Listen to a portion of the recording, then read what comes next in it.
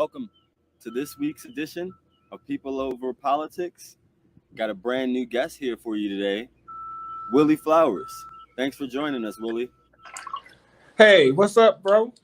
Yes, Willie is an OG. He's I like to call him a mentor. I like to call him a mentor of mine. You know, he's gonna tell me what's good for me, whether I want to hear it or not. And thanks for joining us, Willie. Thank you for the invite. I look forward to the show. For the people who don't know you, tell them a little bit about you. I'm Willie Flowers. I'm a husband. I run a organization in the Park Heights community in Baltimore called the Park Heights Community Health Alliance. I'm the executive director there. We do food justice, health justice work. It keeps me connected to the city.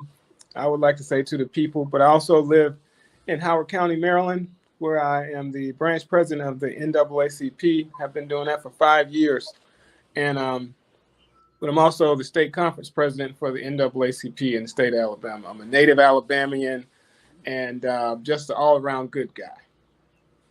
I had no clue about the Alabama ties, Willie. I know you're from Alabama, but I never knew you were still involved down there.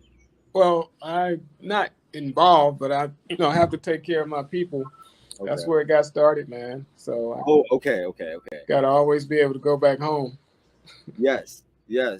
And so, we just got out of a legislative session. I'm not gonna say we're through COVID because we're still battling. What are some of the biggest issues that Marylanders face, and especially Marylanders of color? Forefront.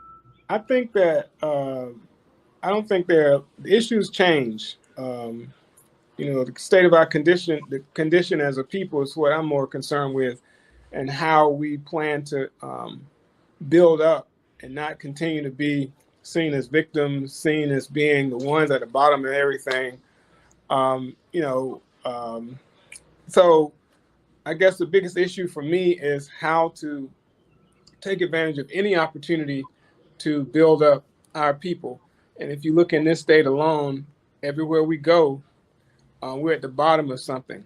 And even though we got all the political acumen, structure, all that any state would want to have, with Black African people are at the bottom, and I have a problem with that. And I quite frankly plan to live my life being known for somebody who tried to change that condition, and challenge the people who are perceived to be accountable for having us in that position as a people, and round up people who are ready to fight, because that's what I see missing here. There are people who are happy with the status quo. They become a part of the status quo, but they forget why, you talk about elected office, they forget why they were elected in the first place.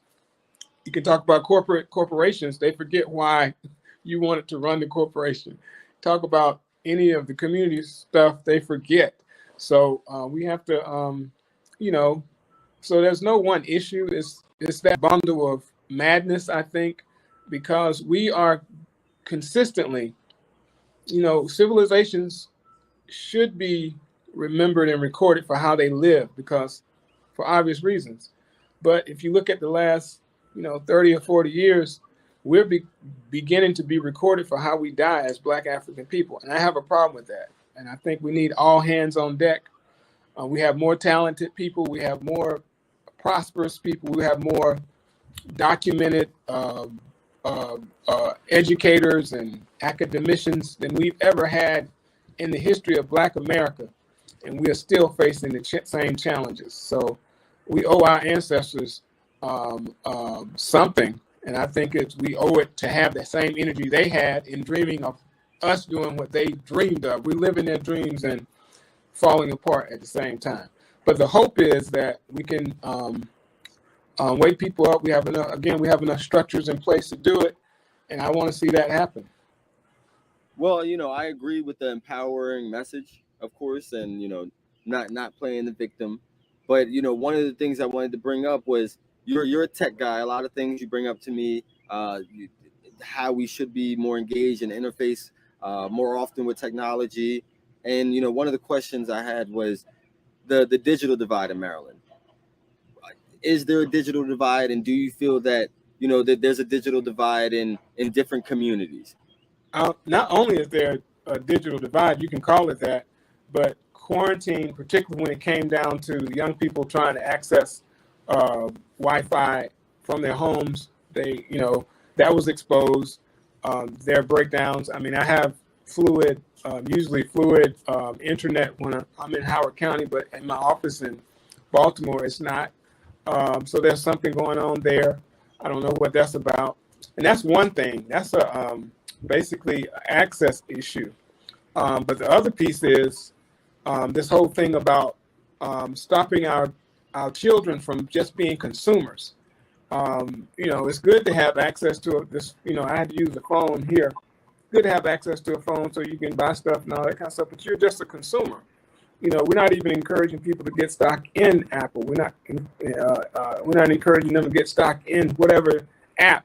And then if you can't do that, you certainly can't have a person to turn an idea for an app into an app if they don't know how to code. So if our young people don't get uploaded fast enough or exposed and have access to coding languages fast enough, they can't participate on the back end. They're always going to be forced to be consumers. And what we're trying to promote, is this whole concept of community technology and making sure that access to technology looks like what you see with youth sports. That there's a season for everything. There's a season for coding. There's a season for hacking, to learn hacking. There's a season to learn web design. There's a season to learn machine learning. And so that after 12 years, vis-a-vis every sport that it takes, they do it for like 12 years. And you might not get a professional athlete, you may not get a college athlete, but you have somebody who can go back and teach other young people. And youth sports works perfectly doing that. And then the thing is, even in youth sports, as you know, and this is not a criticism of it, but you see mothers, being the coaches, but those same mothers have not been in huddles, but they know enough to get a playoff. You feel what I'm saying? Because at some point you can't, you don't have to be a specialist. You can be the generalist, and that's what sometimes a coach is anyway. You see professional coaches who never played basketball, a sport as a professional or as a college athlete, but they learn the game.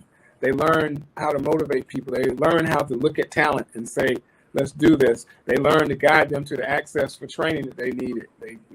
So I think that technology is the same way. If we spend as much time as Black African people as we do with athletics, and we put 10% of that in technology, we will have a generation of innovators. We have a generation of people who can decide how they want to be players at every level in technology. Or they like to use the term STEM in schools, but right now we're mostly consumers. Okay, and that is one of the things that I want to work with you in the city of Laurel. Hopefully we can increase those options, in the city of Laurel. I know we talked. What were we gonna say? Well, our idea is to, and I think Laurel will be great for this.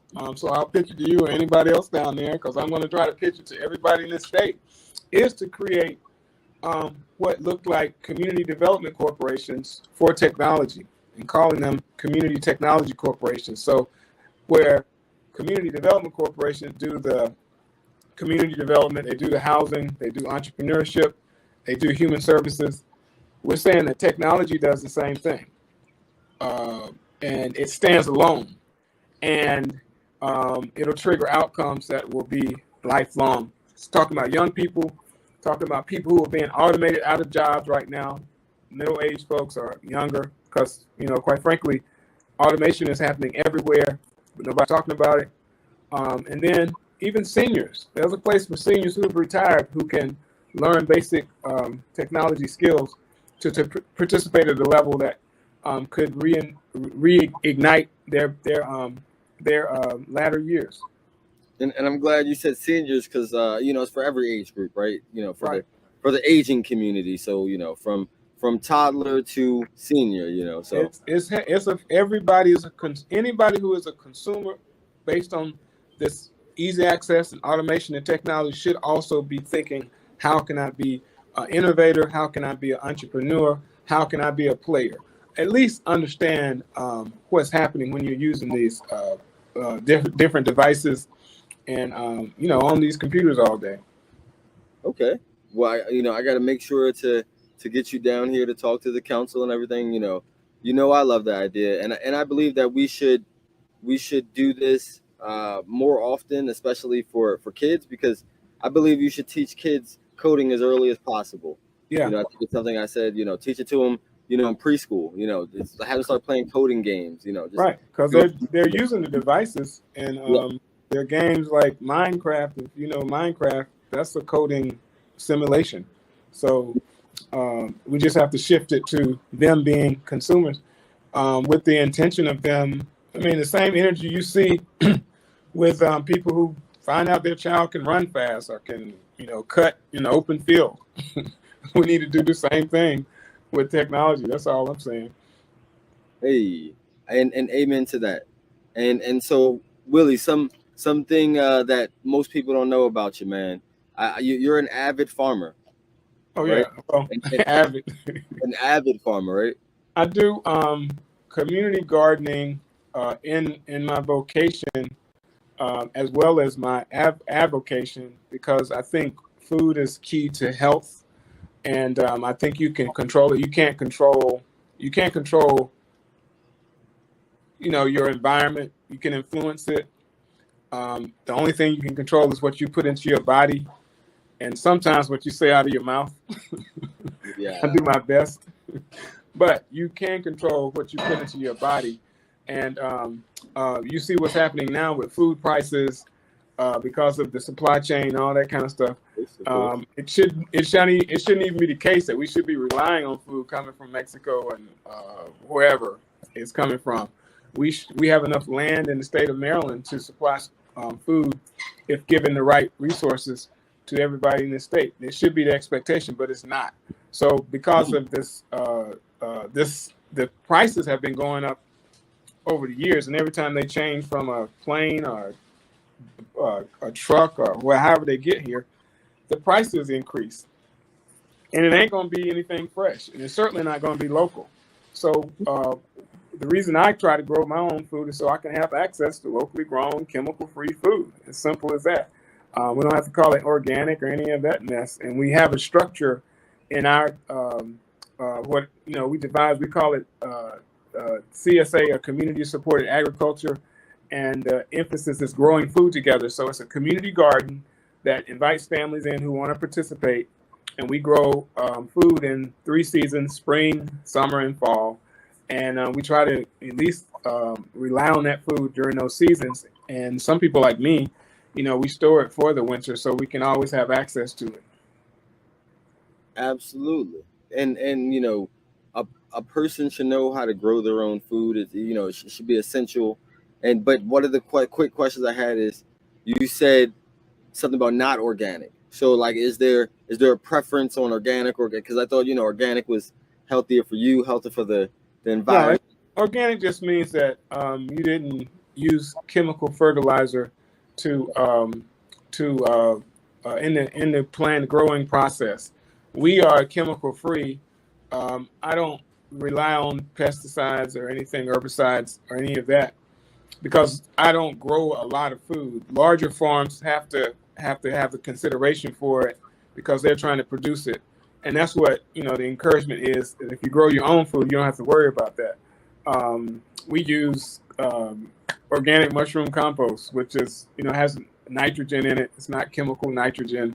It's we're recycling cow manure and debris from mushroom farms. That's it. So the green stuff you see in your vegetables is nitrogen. So I like I said, I learned that along the way. I grow on a 1/4 acre a half acre in the city and a quarter acre here. And the one in Howard County, last year we had 40 or 50 families who participated with it. We at least plan to have that many this year. In the city, it's been a challenge in the city because the volunteer base we had is kind of scattered. And for the last 2 years, we haven't really been able to pull things off. But we did grow food, and we grew a lot of it. Hey, Willie, hey, you're doing great things with the community garden. I think we have one here in Laurel, so you got to come check that out sometime. You should have one on every block, man. You're right, Willie. Right, I'm in the position to do something about it. You're right, Willie. That's the challenge to you. I mean, you should be able to. At some point in the day, you should be able to shake the hand of the person who grew your food. Make that a challenge. I love that. I know right here on what was it, Laurel? Not Laurel Bowie, but Fort Meade, When you go down there by the by was it 32? They used to. He might still be down there. The guy that with the truck that with the vegetables. Right. Have you been past there? No, I know Garmin Farms is in there somewhere. Yeah. I've been there as well. So they have a CSA. They do some level of gleaning, so they basically give away food that in excess, because at some point in the summer is always going to be excess food. So like I said, that's a time to take advantage of things that you can store and pack up for the winter. So, Willie, one question. I'm the cannabis councilman, right? Are we going to do right by Black people when it comes to terms of recreation?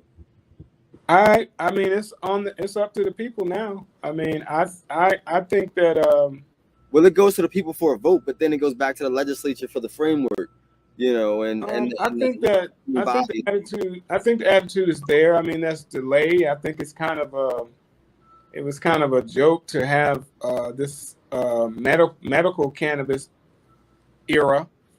I think that was a complete joke. They should have just done recreational from the beginning, since that was the plan.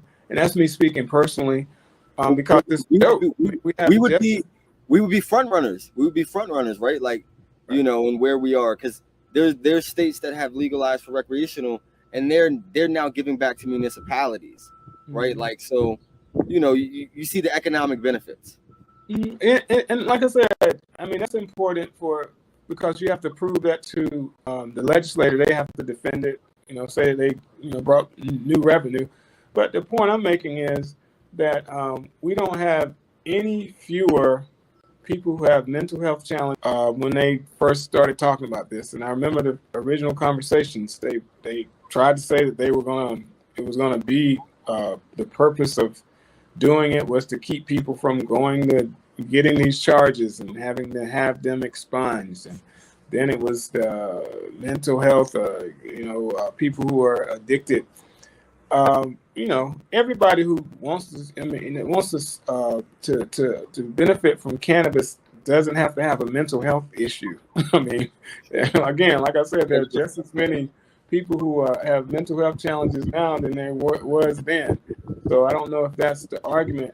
It should be the case that it was a lie about why it was such a bad drug all those years. It was a lie that benefited a certain group of people, and it brought a disadvantage. It allowed the federal government to attack on laws that put people in prison then who are still there, or maybe they died in prison and their families were destroyed. And that's another form of ridiculous bullying that elected officials do when things are the trend of the day. And I don't want to call this a trend, but I think it's more responsible to sit down and figure out how to devise a plan to structure how cannabis can can be recreational in the community, because the people are doing it anyway. So the decriminalization piece is another piece of it. That's what I was going to, the criminal legal aspect. I also feel, and this shouldn't be radical, but I'll say this because I know nobody has to a collective will to do something about it, and that is to look at everyone who has ever faced a charge, who has been in prison for something that we're going to legalize, give them all their money back, pay them back restitution for the time they spent in prison, and they could document the amount of money they spent trying to stay out, but they went anyway. So give them all their money back and let them participate in the industry. Wow, that is huge. I heard like restitution or give you. Wow, that's that'd be almost a form of reparations, Willie. It sounds like like I don't even want to connect it to slavery. I would connect it to the fact that certain people benefited from their incarceration. Absolutely. And those same people are going to benefit from this period of recreational. They benefited from the medical because they have money to do it. And they should be banned from even participating. Anybody who benefited as a prosecutor or whatever, they should be banned from participating. Add that to it too. If that's radical, let's do that too. I'd have to check with people if that's even legal, right? Because one of the things that they always say is you can't really write this legislation based solely upon race. It's not constitutional. So it ain't just one race that benefited from prosecution. No. I'm just saying from a policy perspective, because of course these are the policy discussions that. Well, that's collective BS too. I mean, when President Biden decided to do an executive order when there was one situation of Asian hate crime in Georgia, he did an executive order specifically for Asians. So that's some BS. So I think that y'all Democrats need to stop thinking inside the box and need to go outside the donkey. Stop thinking at the donkey's butt and think about the rest of the donkey. What about that? Yes. Well, hey, Joe Biden still hasn't lived up to the promise as far as, what he's going to do on cannabis and, releasing, all nonviolent, cannabis offenders. But, outside of Joe Biden, back to, of course, Maryland, what I was talking about was one of the ways that has been talked about, we could look at it is from by zip codes. So by basing, these licenses of people who are getting licensed, applying for licenses based on zip codes who were hit the hardest by war on drugs. Mm-hmm. And, a lot of times that would be, the Black or brown communities or probably the poor communities. Mm-hmm. Because as we know, Blacks and whites use cannabis about the same rate. So it's not just a Black issue, but of course, I think that this benefits Black people. Brother, I live in Howard County and I work in Baltimore City. And I'm a runner. And on a basic 3-mile route that I do, I can probably smell in the morning. I can smell weed at least 3 different every 800 meters. I can smell somebody getting a spliff early in the morning, and when I'm in the city, I can smell it driving down the street. So I don't know what it is about this weed today, but I've smelled it on 95. Wow. That's what it's loud. That's what they call it. It's loud. It's talking. It's funky. It's loud. I've smelled it driving around Baltimore City. So I don't think anybody has a significant loyalty or allegiance to weed more than the other communities. So I agree with you on that. So as a balance, and I don't. Again, there's that. I don't know what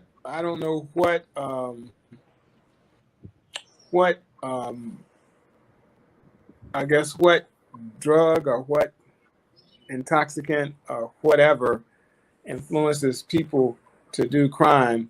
Quite frankly, from what I've seen in my life, I think being poor is the best factor to connect to crime. That's one of them. But I was going to say that I think it's a personality thing and some other undiagnosed mental health issues that make people do crazy things. And then, of course, from my love of Black people and love of myself, I think that we need to spend more time loving ourselves so that we can vibrate love to the rest of the community. And we can do that without any intoxicant. but we don't practice that first. That's absolutely. And Willie, you being a farmer, and of course we're being on the topic of the flower, hemp. Hemp has so many uses, Willie. Like, I don't know all the uses, but yeah, that too. The, everything's on the table. I'm not gonna argue anything. I've seen what happens when you try to ban it. It didn't work. Yeah. I've seen what happens when And you know why they try to ban it in the first place. Right.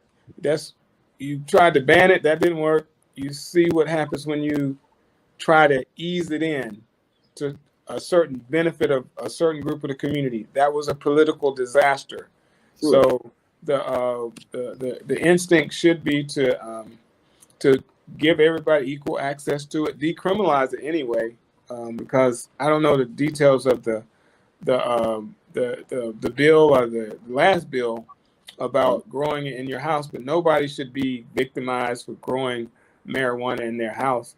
If they can grow it, they should be able to grow it. The bill hasn't passed yet, but the framework is for plants. So that's what is the starter point of the conversation if it passes on the ballot in November, if and when. You said 4 plants? Four plants. I thought there was already, but I don't know. Like I said, I don't know. There's no like currently there's no like plant limit or anything like that. But they did pass the bill. Well, again, and I mean, I've lived my life doing democratic politics and all that. Some of it is nonsense, but because I've lived my life to the fullest. I have some liberal views. I have some libertarian views. I have some conservative views.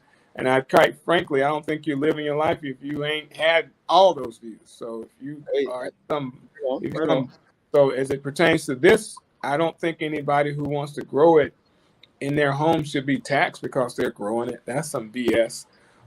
They should just be able to do it just like you're growing these tomatoes I'm about to plant, in the next couple of weeks.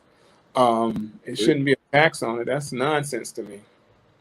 Hey, I will agree on you, and of course I'm gonna watch that aspect of it, to make sure to advocate, to make sure that there isn't taxes on that. And switching the topic, Ms. Flowers and Willie. So tell people how they can stay connected with you. You can hit me up on mscpresident20@gmail.com. Our website is NAACPmaryland.org. You can see our activities there. We have Howard County NAACP.com as well. And my number is 443-610-0716, 443-610-0716. You can hit me up. Everybody calls me anyway. I certainly encourage people to join the NAACP. The NAACP is an organization that's created by committees, and there's always something to do. Our effort right now is to make our organization be a funded organization that can sustain a staff in perpetuity. We haven't had anything but a volunteer support in the past, but we're trying to pivot to having a full-time staff so that we can do more stuff and to build our 25 branches in the state of Maryland, 25 branches with 2 of them in Baltimore County. So we need all hands on deck for that. If you want to work at the branch level, you can do that. If you want to work at the state conference level, you can do that. But we need all hands on deck to make this thing about sustaining Black life into the future a reality. Again, I started off saying some pretty provocative stuff about the challenges that we face, but I didn't say that I've given up. I want to put an effort in place to always be able to inspire our people to do what's the best and next thing for us. And we got plenty of it. We got plenty of access in this state. And I want to take advantage of it so our people can be better off than we are now. Absolutely. And Brother Flowers, of course, thank you for making sure I got involved in the NAACP. And I want to thank you because you answered the call, and that's what it takes, man. So I love you for that. and I look forward to your, whatever your next step is. And like I said, I mean, I didn't tell you this, but I see the NAACP as a pipeline for leadership in this state. And we have right now in Howard County, we have 3 of our members who are running for public office. We have Rebecca Nyberg, who's running for delegate.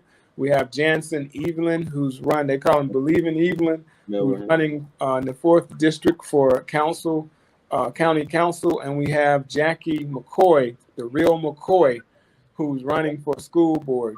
And that makes me happy because they got connected to the NAACP while I was involved. And as everybody knows that, we can't run around saying NAACP endorse somebody, but you can be sure that I'm trying to make sure that they get elected. We also have at the state conference level our public safety chair, outgoing public safety. She had to take a leave of absence. Public safety chair. Her name is Lenora Dawson, and she's running for clerk of court. So this kind of stuff makes me happy. We also have a candidate in Calvert County. Her name is Camille. She's running for school board. And a few people in Charles County running for different offices there. County council. Her name is Tina. I can't think of her last name right now. So I want them to say that be mad because I'm sitting up here saying good stuff about the people who have been working for the NAACP are running for public office. So that type of stuff makes me happy.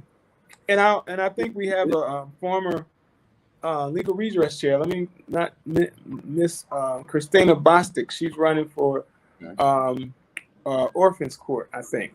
So all of this is exciting to me, and it's important to renew leadership. I mean, however you look at it, and to do things in the community before you run, because you got to have a sense of the community before you run for public office. This whole period of marketing and money is destroying what we do when it's time to make decisions about what's the best thing for the community. It's completely destroying it. So if we can just have somebody who shows up in the community and can raise money and to frame a campaign and not do any grassroots work, that's a damn shame.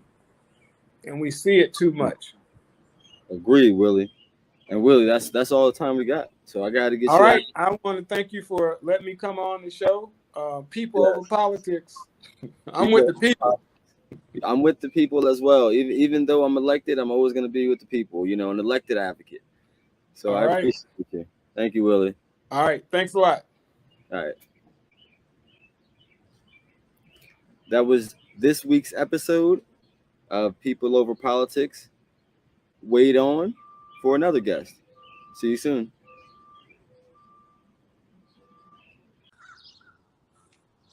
Welcome back. We have another guest.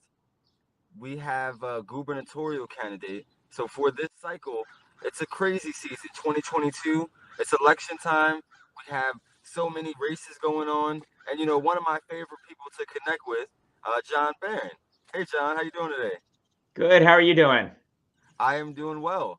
So Jon, for people who don't know about you, or who might not, who might need to learn more about you, tell them about yourself. Give them your elevator pitch. Okay. All right. Very good. So it's good to see you, Martin.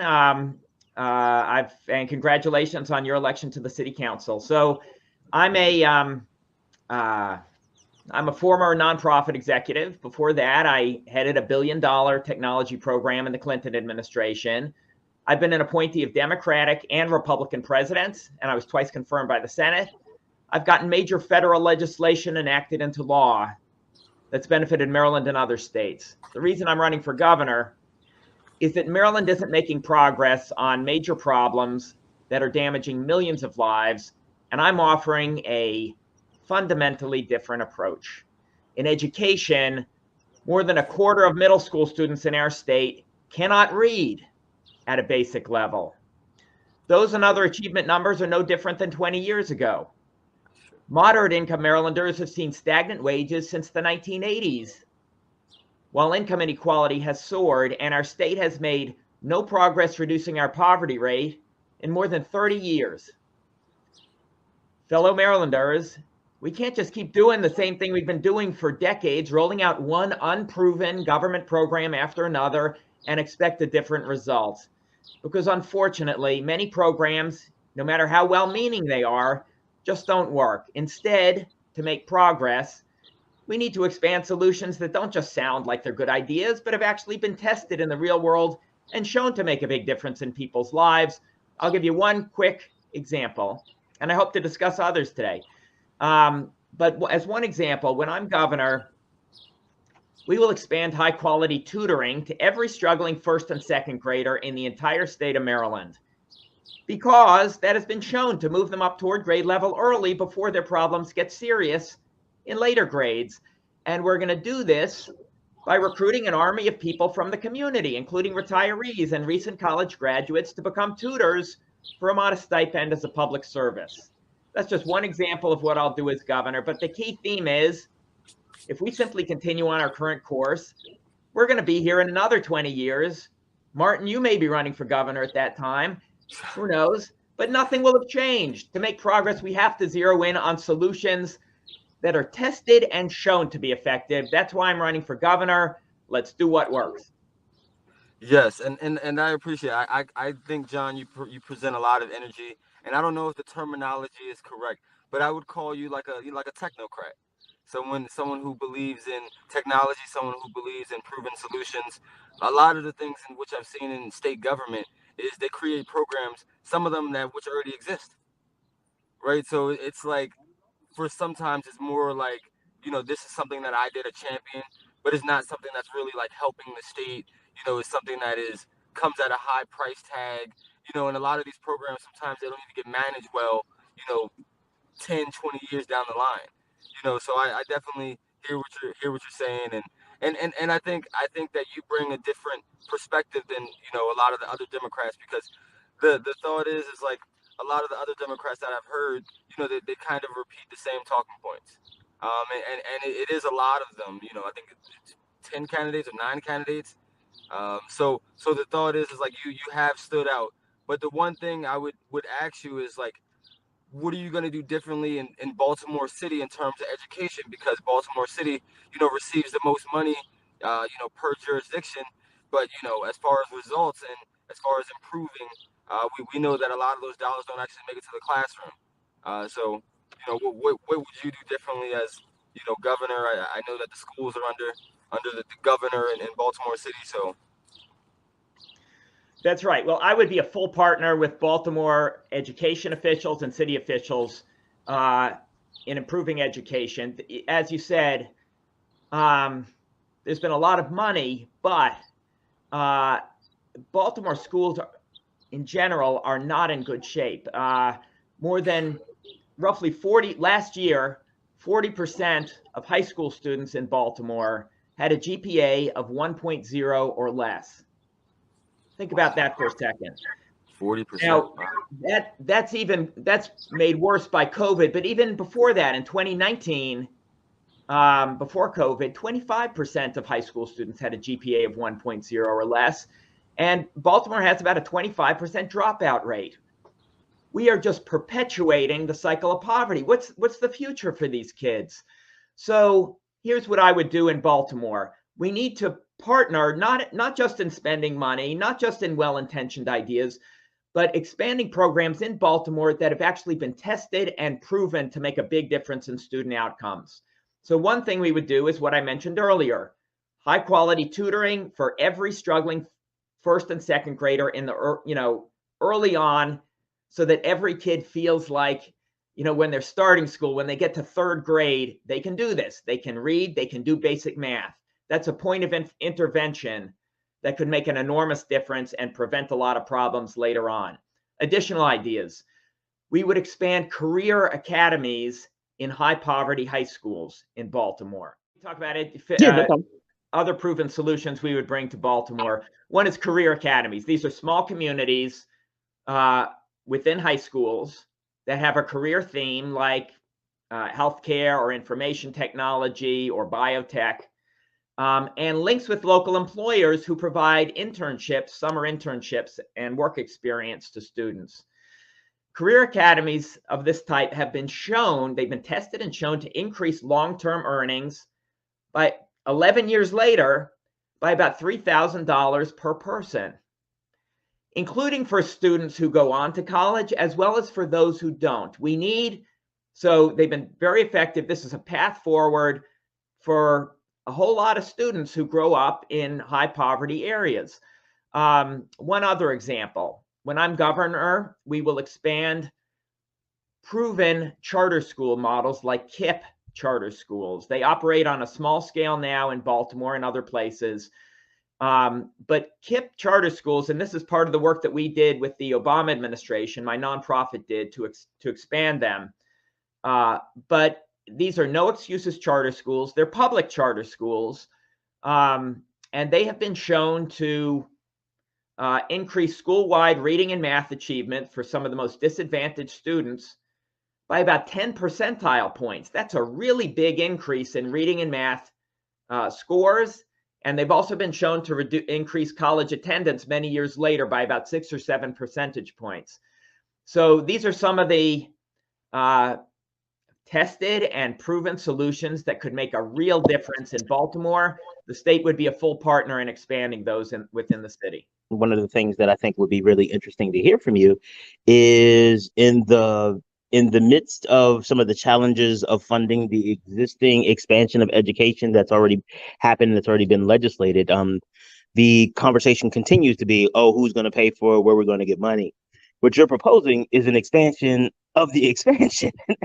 Right. So talk a little bit, if you could, talk a little bit about not necessarily about where you would get the money from, but how you would get the buy-in from your colleagues who may be more invested in the status quo, whether that's because they may have economic or financial ties to, the status quo, or that they just may not believe that. I mean, the reality is that some of your colleagues believe that the students in Baltimore City are just not capable, that it is a wasted investment. That is unfortunately the truth about some of the people that you'll be working with. So how would you address that? Great question. So one thing to keep in mind, we have the blueprint legislation has passed, which provides increased funding. And I strongly support the blueprint.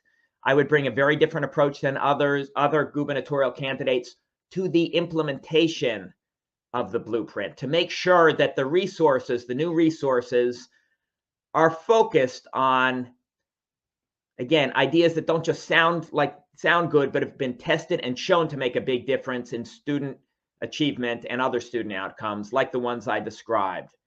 So the new resources would be focused on things like career academies and expansion of KIPP charter schools and tutoring and so on. The reason that is important is because we've been down this road before. 20 years ago, there was the Thornton Commission, and it was similar to the current effort. But it resulted, Maryland saw a major rise in education spending during the 2000s, about a 40% increase in spending per pupil after adjusting for inflation. Now, the Kirwan Commission found that despite that increase, it did not improve student outcomes. This time, we need to do it differently. Again, not just well-meaning, not just spending money, but focusing the new money on things that are really going to make a big difference for students. Now, in terms of your question about how do you get buy-in, when there's new money available, that helps enormously. For example, and there is this new money available from the state. When the money under Blueprint goes from the state to the localities, to local school districts, we can build in incentives and technical assistance to expand things like high quality tutoring or academies or some of the others that I've described. There can be incentive money with those new resources from when they come from the state, if the school districts will match the money, for instance. And the state can also provide technical assistance to make sure that, for example, the tutoring is done with integrity. It's done, with trained tutors and the tutoring is done 5 days a week, 20 minutes a day. The thing that's really needed, the approach that's really needed to ensure that you get a big gain in student achievement. So how would you ensure that as you are bringing these resources in, one of the things that we find happens a lot, we find that a lot of people, um, it sounds like a lot of people are not necessarily invested for their success, but invested kind of for the check boxes. It's like, oh, look what we did in these communities, how wonderful we are. Look, oh, wait, wow, we're great. And we're not, we're not like the other party, whatever that other party happens to be, depending on who you're talking to. So how do we move people to a position of really having, again, not just the buy-in, but believing that these things are possible? Because one of the things that we've seen is that some of the obstacle is that some of your colleagues just don't believe.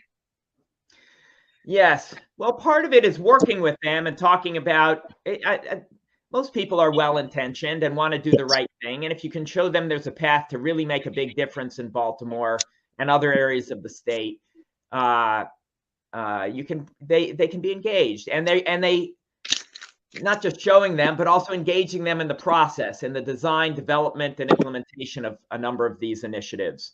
That's very important. But the other piece, and this is based on my experience working with mainly with the Obama administration to expand programs like KIP and like one-on-one tutoring, which evidence of this. The money makes a difference. So, for example, if the state, usually what happens is when money goes out from the state to the local school districts, it goes out through largely an unthinking process, a mechanical process based on formulas and so on. Yes. Formulas. We can change that. We should change that so that when the money goes from the state to the localities, at least part of the money is conditioned on the localities adopting and faithfully implementing some of these proven approaches that I described tutoring. Okay. That sounds wonderful. What would you do to make sure that the members of the community and the members of the community and people who are actively engaged, who will be impacted by it, how do you ensure that their voice? And again, I know we're talking a lot about education in Baltimore City, but I want let's kind of pull out statewide, because while I love Baltimore City, I do recognize that if you're governor of more than just Baltimore City. Unfortunately, William Donald Schaefer may not have realized that when he was governor, but that's a separate conversation for later. And I own that. I own that particular statement. But how do you ensure that the people who are going to be most affected by these policies have not just performative voice, but are meaningful partners in the conversation? Two ways. Number one, we would involve people from the community and parents and local education officials and teachers in all aspects of the design, development, and implementation of these new initiatives. That's at the front end. That is extremely important for a lot of reasons, not just engagement, but also to make sure that these initiatives are implemented effectively. True. I think maybe we've all seen, or at least I've seen, a number of cases where you have all of these great ideas implemented at the policy or leadership level, and at the local level where the programs or the tutoring, for example, is actually occurring. Mm-hmm.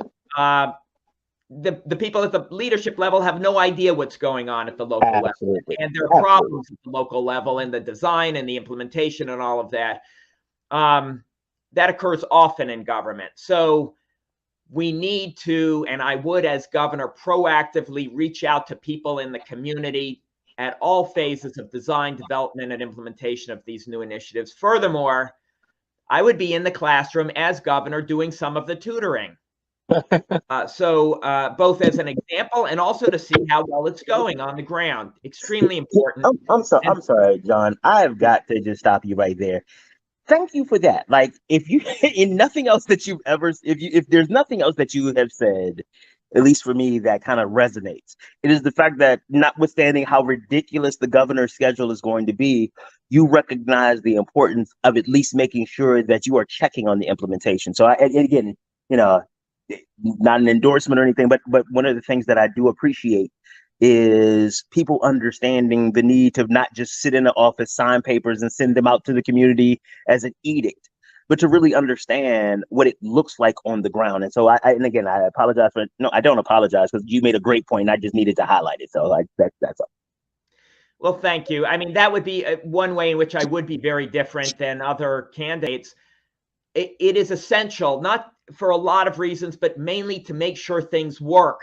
Yes. Things are effective. You have to have ongoing input from the community, the place where it's actually being delivered. Otherwise, you're just setting yourself up for major problems. So I would proactively reach out to people at the beginning, middle, end, all stages to make sure we're getting input. And then at the back end, one additional thing we would do as we launch all new initiatives, including the ones I described in education, we would require an independent assessment, a rigorous assessment, the results of which will be reported to the voters and to me as governor and to the General Assembly at the same time, so that everyone will see, did this new initiative actually increase high school graduation rates or whatever the goal is? People won't have to just take my word for it. This is the way that government ought to operate. I know you have a lot of ideas, and I know you're a well-researched individual. So yeah, what is something that you, as an incoming governor, would do to help returning citizens and make sure they have the resources, and wraparound services to succeed, after they get out, and we don't, that revolving door doesn't happen? So there's a couple things. Number one, there are things we can do up front to prevent incarceration. One of them is drug courts, which have been tested and shown to be a very good alternative to incarceration, so you don't have the problem of people being incarcerated and then needing to return. Drug courts are an alternative to incarceration for nonviolent drug offenders like heroin addicts, for instance, that requires them, they have to sign up to this, but it requires them, they're not incarcerated, but they have to agree to go into mandatory drug treatment and to get tested on a regular basis. And it has been shown to reduce reincarceration and rearrest and criminal activity by about 1/3 for the people who participate. So it's more humane. This is a much more, this is an alternative to incarceration. Yeah. And it is effective in improving public safety. This is an approach that it exists now, but it should be expanded widely. That could prevent incarceration up front. For people that are coming out, many of them have drug addiction problems, I think more than 50% of people who are incarcerated have addiction problems. And one of the most effective approaches to help them return to the community and to prevent further criminal activity is something called therapeutic communities within prison. So these are communities within the prison that provide drug treatment before these folks are released into the community. In the period leading up, they get drug treatment, and also they get mentoring from people who have done this before, who are recovered drug addicts. And then that kind of assistance goes on once they have re-entered the community. And it's been shown to reduce the reincarceration rate over a long period of time by about 10%. So it's not a huge effect, but it's something that is very meaningful. We should be testing other approaches, but that's something we could do now that would make a real difference. And just so I'm clear, the drug court, do they help these people receive counseling and services to okay, I just was clear on that one. Okay, awesome. That's right. And so something a little bit different in the vein, but as the incoming governor, right, there is a lot we can do around prison reform, and in my aspect, not just prison reform, but prison reform in terms of voting, right, and who has a vote. Would you be open to the idea of currently incarcerated people having the ability to given the ability to vote, since their ability has been taken away. And just to be clear, we're not talking about people awaiting trial, so they haven't been convicted yet, but to people who are currently convicted sitting in jail or prison. I support their getting the right to vote once they've completed their sentence, and Okay. restoring their rights in that way. Well, the reason I say that is because that I think it's Maine or Vermont that has that in place. But for me, it's always about the fact that these localities that house these individuals, they receive money from the census data of these individuals being housed in their prison. So the thought is like, if they can receive money for these individuals, why shouldn't these individuals receive a vote? On whatever election has happened. The thought is like, for me, it's unconstitutional to take away their vote. Of course, that's the whole 13th Amendment and everything like that. You have no rights as a prisoner. But the thought is like, if that is the position, then why is it set up for these cities and states to receive census data? Because you could have a rural place in Indiana that houses thousands of Black men, but the thought is the actual population there isn't reflective of the population that actually lives there. This is just the prison population that made this boom. So I guess what is the position, or what is the thought there? Because that's the old way of thinking, and in my opinion. Well, I do think that we need to, the way that I think we're on the same page here is making sure that when people are returning from prison, that their rights are fully restored and that they have access to economic and educational opportunities and voting at that point, that they've completed their sentence, and they're becoming, we're reintegrating them fully in all respects, voting, civic rights and others into the community in that way. But I guess the better question is, after they got arrested and convicted, why didn't they have like for what reason did we take away their rights? Did they become not did they then become a low information voter, or what exactly was the reason behind that? Or the thought process? Because I would think. Wait, hold on. I'm in a call. Give me a second. Yes, give me a second. So hold on, sir. Give me a second. 1 second. Okay, Julian, I told you after lunch. So wait a second. Oh, so my thought would be that even if they were incarcerated, they still have some know-how of what's going on in the world. And the thought is like, yes, we're on the same page. We want to make sure that as returning citizens, they have all the rights afforded to them. But the thought is like, why was it taken away? Let's cut. Because when you got interrupted, you started speeding through, and the point started falling apart. So let's go ahead, dude. I've been a parent for 25 years. I have seen this before. Actually, when I worked at the General Assembly, I had to take my oldest son with me when I had to do budget briefings. A couple of times I had to take my oldest son with me, and it was interesting. So I get it. So that's why I want to make sure that this is clean. I was trying to get the point out there. Yeah, I was trying to get the point out there, but yes. Yeah, no, go ahead. All right, let's go. Okay, yeah. So John, I got a little distracted. We are on the same position. These are my helpers, right? But we are in the same position as we do want people who are coming home to make sure they have their rights restored. But I am pushing it further to explore the idea of people who are currently in there, being given the right to vote. Because my question is, why was their vote taken away in the first place? Talking to somebody, in a long time Democratic politics, one of the things that they told me coming in was, Martin, don't mess with the votes. You know what I mean? And basically, John, I think you understand what I'm alluding to there. When they say don't mess with the votes, they're saying don't open up the number of votes that they need, because they know what they need. They know their win number, and year after year it might increase, but they know their win number. Don't mess with the votes. Well, first of all, I just want to be sure that Julian, your son, gets his lunch. That's number one priority here. Number two, I do think when people are in prison, they do lose some of their rights, and their right to, be out in the community for one, but some of their civil rights. I guess my emphasis, Martin, is on making sure that people have every opportunity, once they've completed their sentence, to participate fully and to become to go back, to have a reset.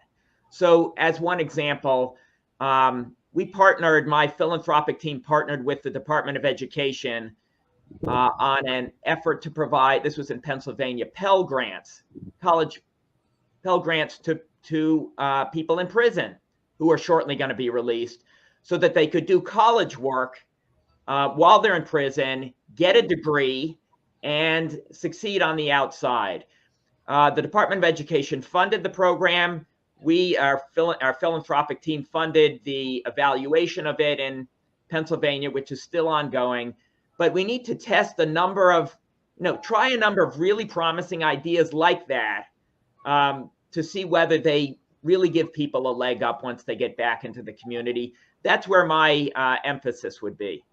I mean, John, I'm here with you. I want them to put these college programs back into the prisons. I want to make sure that these libraries are full. I want to make sure that they have services, right? Like, I am fully for that. Would you be willing as a governor to take a tour and volunteer in some of these prisons? Because the thought is you have to meet some of these individuals and understand them. The bigger position that I wanted to push was, some of their rights are taken away, but I'm still not clear on why. Like I'm still not clear on why and the best reasoning to why they're taken away. The answer to your question is yes. I would. I have visited prisons in the past, and I would in the future as governor, because some of these efforts take, for the same reason I described, that I would be tutoring. I would do some tutoring in the schools as part of the tutoring initiative. I would actually do that. It is essential when we're rolling out things like, or trying to expand or to test new approaches, like the therapeutic communities, like I described earlier, like prison Pell Grants to provide educational opportunities to people who are going to be reentering the community. I would want to see how those are operating firsthand and to talk with people in prison about them. That I think is essential, again, to seeing whether it's working effectively. So yes, I would be a hands-on governor in that way, absolutely. And hey, I'm willing to take that trip with you.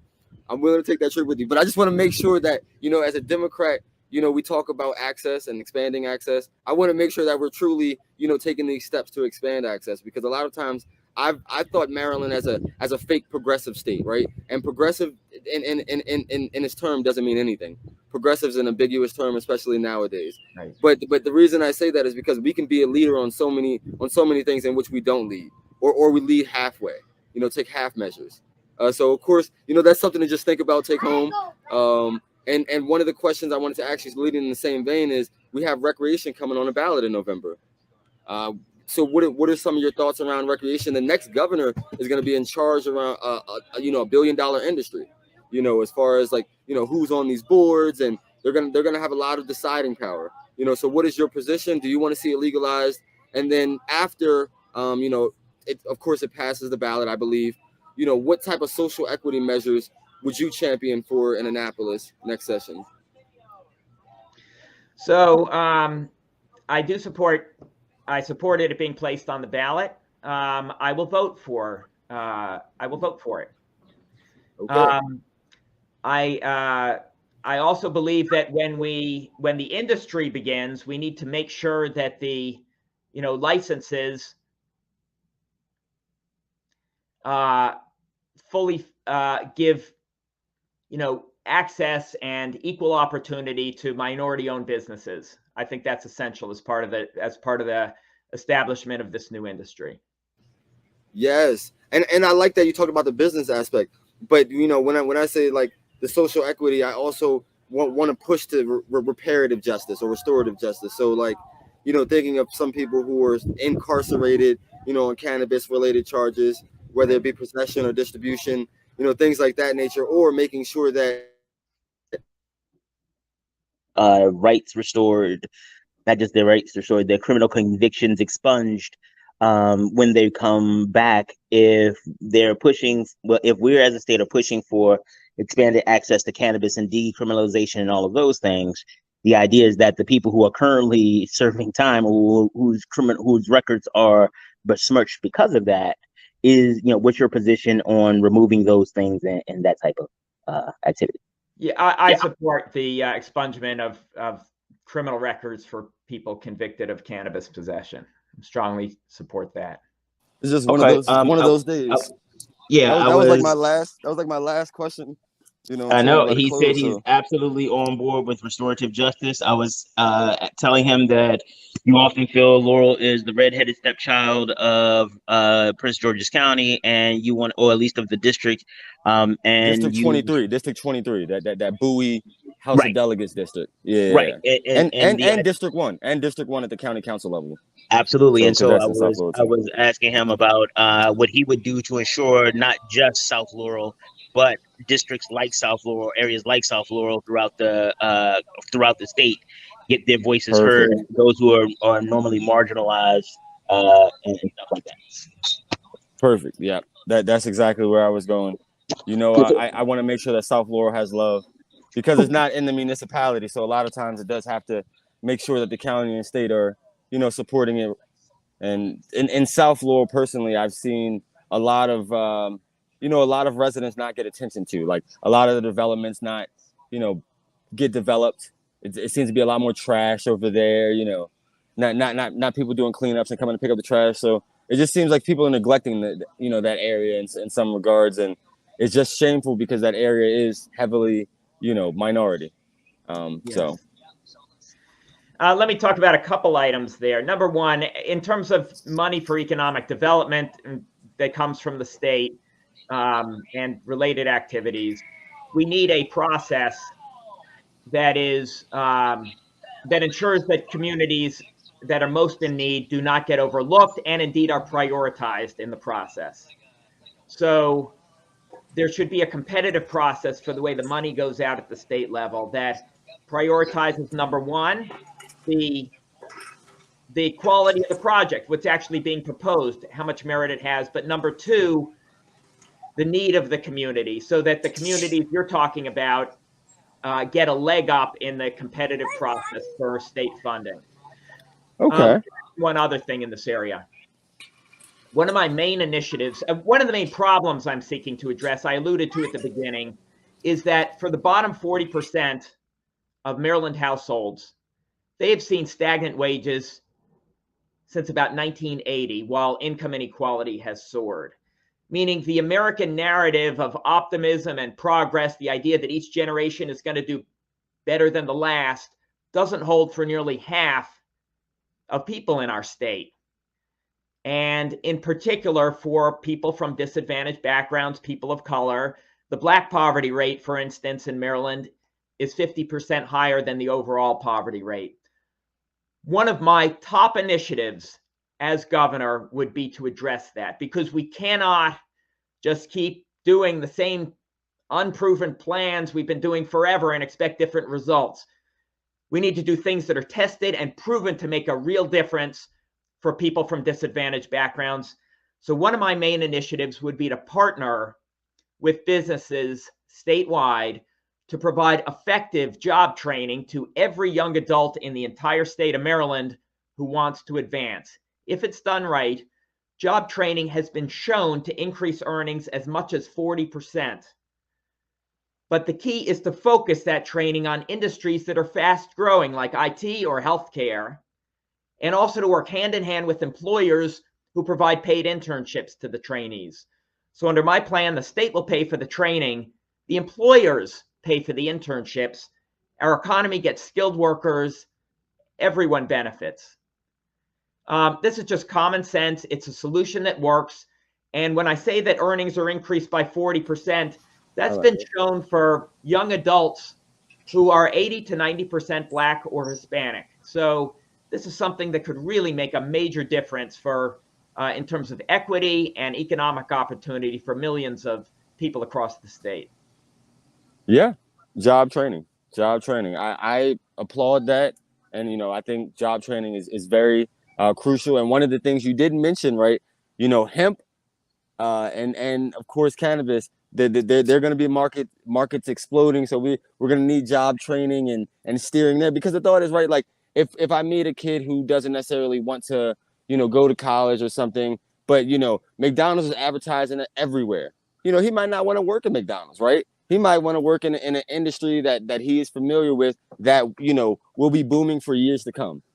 So, you know, that's why I think we should push these future farmers, right? These future farmers, not only are they learning life skills, you know, but, you know, they could be in the industry. And the thought is like, if you look at the industry, there's not a lot of people of color, especially when it comes to like the cultivation aspect or the retail aspect, right? So yes. Yeah, I mean, the key is to effective job training is to focus it on industries that are fast growing, where there are well-paying jobs. That is really it. And then the partnership with employers. Let me mention one other thing, Martin. Not all job training is effective. The largest job training program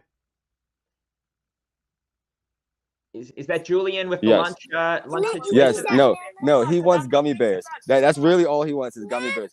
Right. Yes, after you eat your lunch, you can have the gummy bears. Okay. I've been there, done that. My kids are in their early 20s now, but and less obnoxious than they used to be. No, I understand, and of course I try to tell my kids that I was going live, but you know they don't understand the concept of live. But